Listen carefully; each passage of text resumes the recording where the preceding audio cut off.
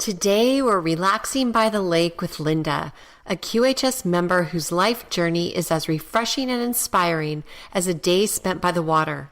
But what currents guided her to where she is today? Let's take a peaceful stroll through her story and see what's been happening behind the scenes.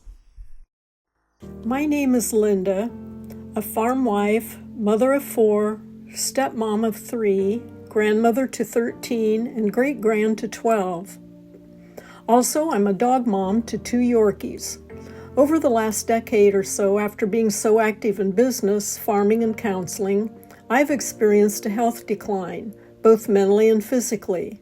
I've not been able to spend activity time with family and friends as before, and I know I've disappointed many of them because of withdrawing from a lot of things.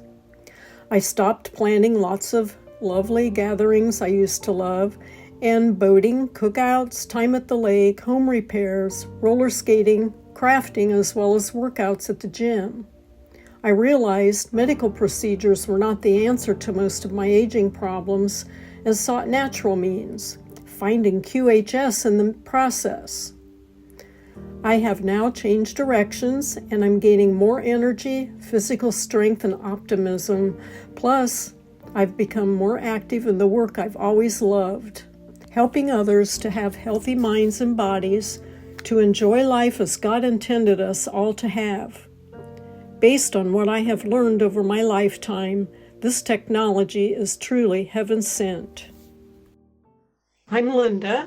Like many of us in QHS now, I was raised in the 50s and 60s and had good parents. My mom, the product of a middle-class family, with her dad making a very good living back then as a barber and a very staunch religious fundamentalist. Her mom was the only grandma I ever knew, and she worked as a sales lady at a really nice clothing store, and she bought me and my 3 sisters and cousins. I had 2 cousins, quality and stylish clothes for birthdays and Christmas, and also Easter. Both of my maternal grandparents were of German heritage, and Grandma still spoke fluent German, saying her mother didn't even speak English. My dad's family, he thought, were of Irish descent. He was the youngest of 7 children from a rather poor rural family. His mother died when he was a teenager, and he joined the Army. Lied about his age. He was only 16 and said he was 19 since he looked that age. He served during World War II in North Africa and Italy. He seldom mentioned his experiences, but I always felt like he did something really special there that he never talked about.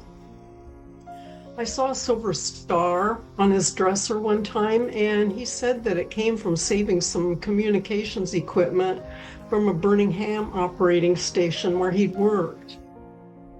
My parents met at the telephone company where they both worked after the war.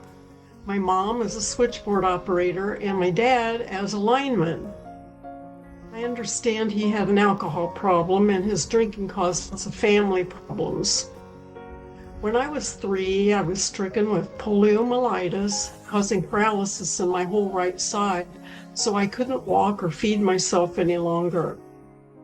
I had always heard the story growing up that God spoke to Dad and told him if he'd stop drinking and become a preacher, that I not only would survive, but walk again and live a normal life. So he began the home study course because Dad never finished high school, and became a minister when I was 8 years old. I always had some lingering signs of polio where there was weakness in muscles, especially on the right side of my face, which as a teenager caused me a lot of embarrassment, and sometimes even now, because my mouth is crooked. I had a happy childhood for the most part and felt supported and loved by my parents and grandparents and siblings and my church family. But I was also shy and also haunted by nightmares of different kinds, never knowing what the cause was. But they slowly dissipated the older I got and disappeared sometime in my 20s. So we left our beautiful home in a city of around 150,000 people with the bright lights and moved to a very small church in a town half that size, 2 hours away from our big loving church group, where my mom sang solos and sang also in the choir. I used to sit on her lap, and I loved being part of that group. We left my grandparents, our 2 cousins, and my school, which I attended, but my 2 little sisters at that time hadn't started school yet. Later on, Mom and Dad had another child when I was 18 years old, but she wasn't born yet at that time. After we moved 3 or 4 more times, we moved to even smaller churches and towns. I feel like I did well adjusting each time, and I graduated school 4th in a class of 42. I was quite the rule follower, so I think I fared much better than my little sisters. Little embarrassing button-pushing sisters emotionally, but they did become my best friends, and we stuck together pretty much until I started working at age 16 and gradually moved on with life. And then I married shortly after my 3rd sister was born, at age 18, to a local fellow 3 years older who was attending college and working part-time construction in the summertime. He visited me every day at the restaurant where I was working as a waitress, and we got acquainted that way. He had 7 siblings and his parents' farm near where we lived at the time. I didn't think I could afford college, even though I always wanted to study music or art, and didn't want to put that burden on my parents. My dad wasn't a real good money manager, and I knew that would put a strain on the rest of the family had I expected them to pay for my college. My mom had attended Olivet Nazarene College in Kankakee, Illinois, studying music a couple of years after high school. I kind of wanted to follow in her footsteps because I loved music as well, and I was told I had a pretty good singing voice too. My husband and I had our first son just before my 20th birthday, and 2 more sons before I was age 24. But it didn't work out, and we divorced, and I remarried again 2 years later to another farm boy.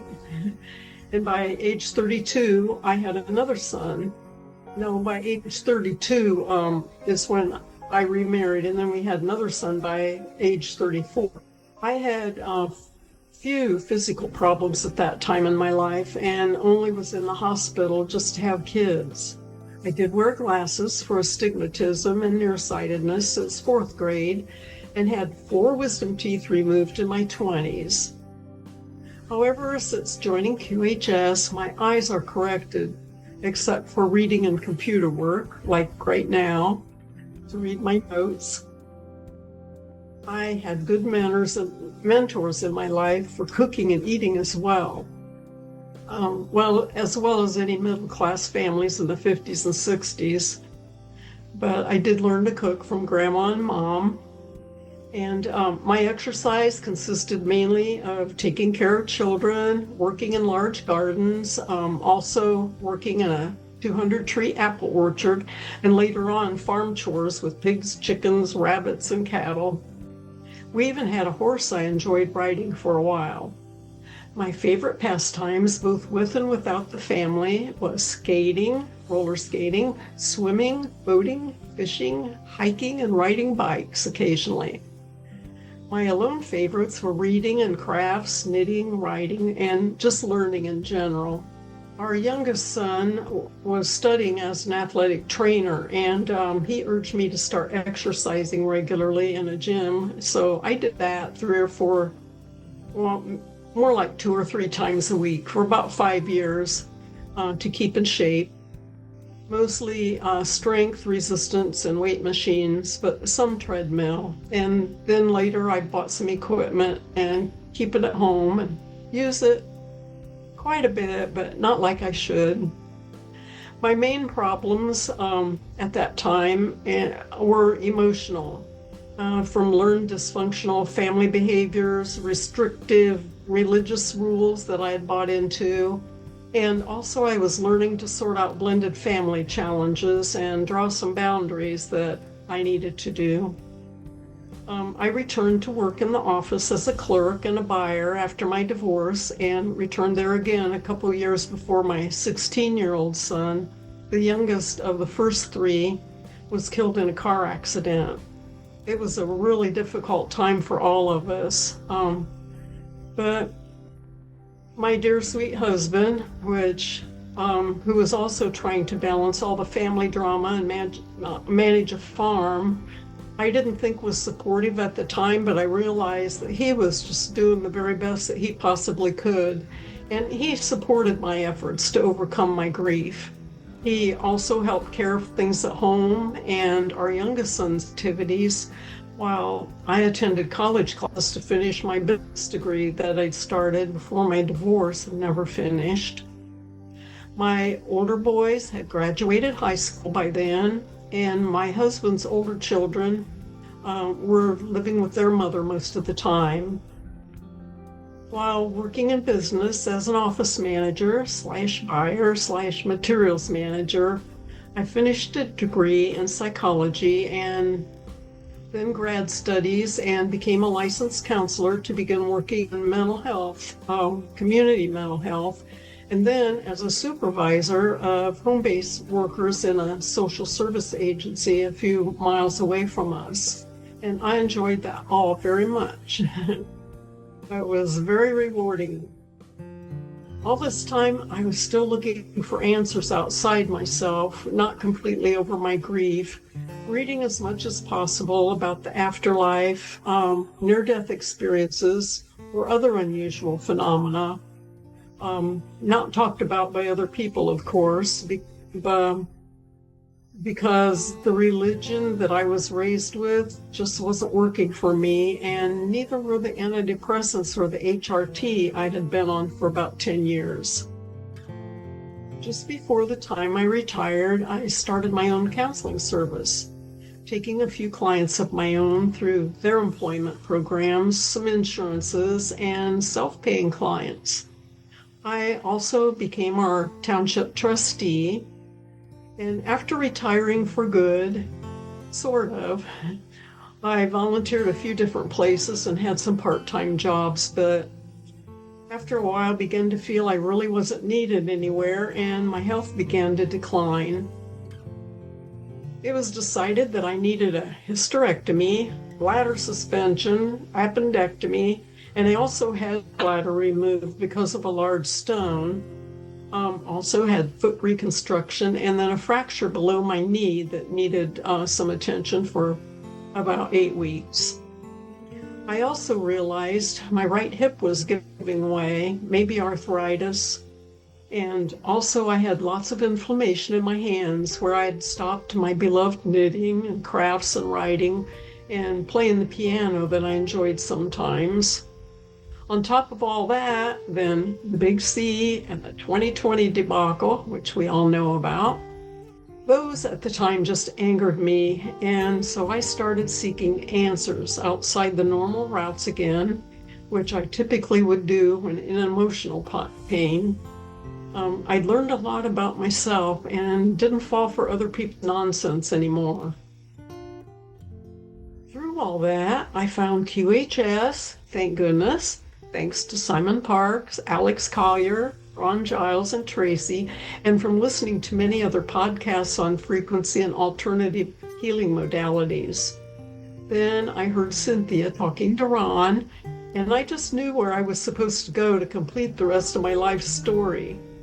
Since receiving my QT my black device 16 months ago, and then the V6 7 months ago, many of these physical and emotional problems have begun to go away, notably inflammation and pain in my hands, and my emotional stability is much better. My thoughts process has improved dramatically, and I'm excited to see what life brings next and what role I'll be able to play going forward.